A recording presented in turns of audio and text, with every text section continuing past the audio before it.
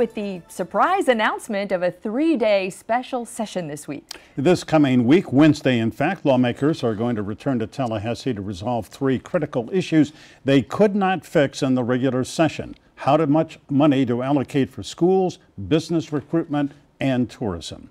On Friday, the state's 3 most powerful politicians held a surprise news conference in Miami where they said they had worked it all out. Those politicians are the governor, whom you see there, the Senate President Joe Negron, and the House Speaker. Richard Corcoran is that House Speaker, Republican from Land O'Lakes. He, with the governor and Senate President, revealed the product of what largely were private negotiations among them that led to the special session later this week. Speaker Corcoran. Good morning. Great to have you come in. We're glad you were here. Thank you. All right, so for months, you and the governor principally, also Senator Negron to some extent, were feuding over Enterprise Florida, Visit Florida, and how much money to allocate for the schools of Florida. And then suddenly you pop up, as Glenna says, on Friday, and you say, hey, we've got a solution. How did you get there, and why wasn't it more transparent? Well, I think it was transparent. The reality is all of these things were debated and talked about throughout the entire set. They've been talked about for the last year. This goes back to our previous session in dealing with corporate welfare. And I think what happened is after we got out of session, we got very close on Visit Florida, having it funded at $76 million with oversight. The House led the way in going after these contracts, suing to have them be transparent, and we wanted that in statute. We got very close there. On Enterprise Florida, really what we got to the point was our position has always been this, is no corporate welfare, no picking winners and losers. There's nothing American about giving money to one guy that competes with another guy that's already been here. And so what we said, though, what we are for in terms of economic development is infrastructure, education, deregulation, across the board tax cuts. But in the end, it appears, in fact, you did sort of relent on Enterprise Florida in order to get the governor's promise that he's going to support your big House Bill 7069. No, in fact, the compromise in Enterprise Florida is that we ended corporate welfare, we don't pick winners and losers, and the investments would be made through the Department of Economic Opportunity, not Enterprise Florida, and it would be made for across-the-board public benefit and infrastructure and education. And that's a significant change. We're the first state in the union to do that. I think it's a model for the rest of the nation. So Wednesday through Friday, you have 3 days on the plate for the special session is going to be the bills that you've worked out. So what you just talked about, Enterprise Florida, Visit Florida, and then education funding, which now has roughly the equivalent of $100 more per student, better to public school advocates who are still absolutely apoplectic about urging the governor to veto the bill you just mentioned, 7069, which is that mammoth education reform. So, House Speaker, can you talk about this particular bill? Because what it sounds like and what's been reported is that there was sort of a horse trade going on, that the governor will not veto it. And then the public school sell that we've been seeing about how horrible it's going to be for public schools, frame how that is going to work in this 3-day session.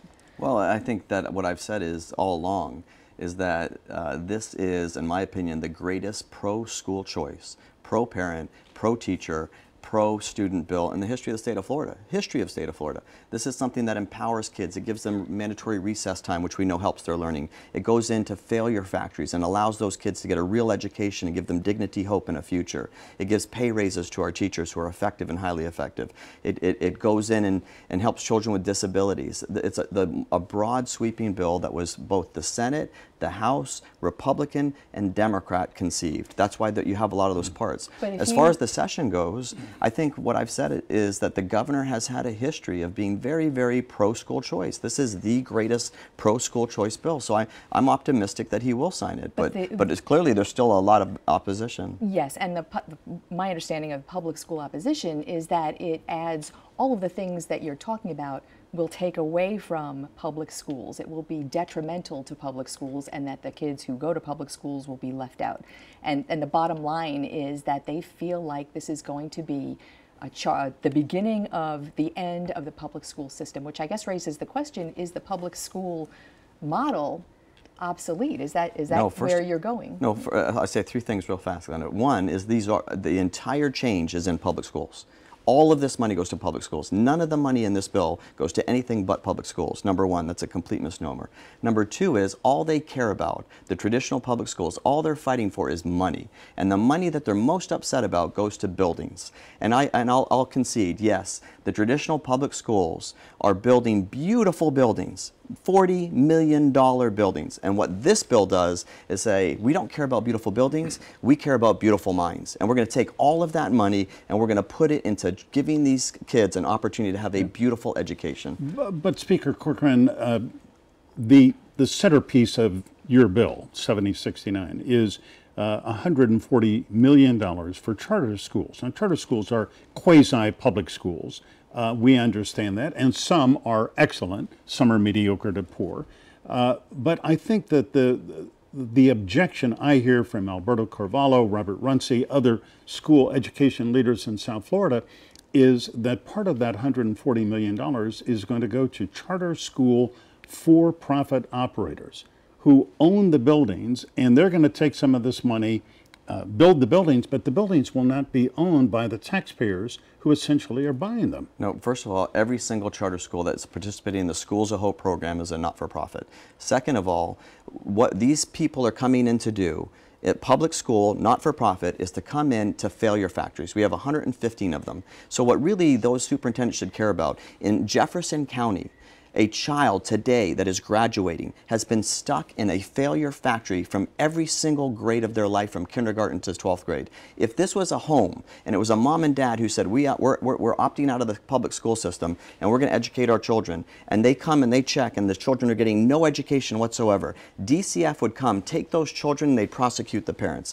The outrage should absolutely be, how in the world, in the third largest state and the richest country in the world, do we have failure factories? And so what we did is this money goes to proven charter operators. There's no risk on whether they're good or bad. They have to have 80% graduation rates to go on to college. They have to have a successful business model. They have to have scores that are at the average or higher than their county and their state. That's how they become a School of Hope operator. So the deal is the governor's going to sign that? Is that the deal for the special session? I say it all the time, Glenna, that he has a tremendous record for being pro-school choice. This is the best school choice bill in the history of the state. I'm optimistic. Can I ask you a larger question about the session? I was at your press conference on Friday, and for the first time, the governor, the House Speaker, the Senate President, kumbaya, everybody presented this united front.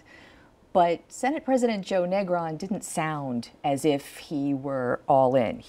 I think what he said was, we'll be there in the 3 days and we will consider proposals from the Senate point of view. I'm paraphrasing what he said. Are you concerned that this 3 days may not go as smoothly as you planned? And if I could jump in, even Senator Jack Latvala, who is one of the leading Republicans in the Senate, he didn't say, hey, it's not a given, we're not going to rubber stamp everything. Yeah, I don't think that's not the way it works. I think the House and the Senate will both look at it and engage in the nuances of the legislation. That's why we're there. But I do think that President Negron was very optimistic in the press conference, in the context that on Visit Florida they had funded it. What they wanted was the funding. What we wanted was the accountability. We insisted on it after we had to sue for these contracts and to show over and over the gratuitousness of what was going on in Visit Florida.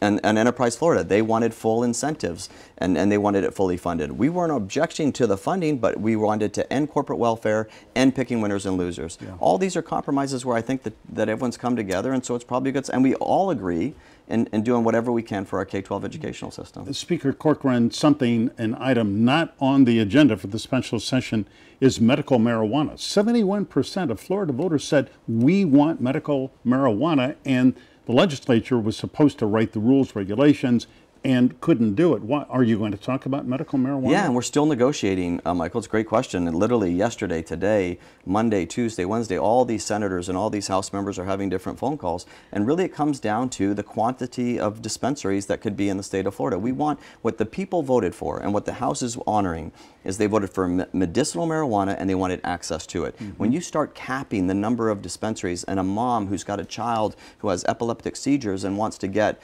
access to medical marijuana, and now she's got to drive 4 hours. That's not access. You're going to get it on the agenda?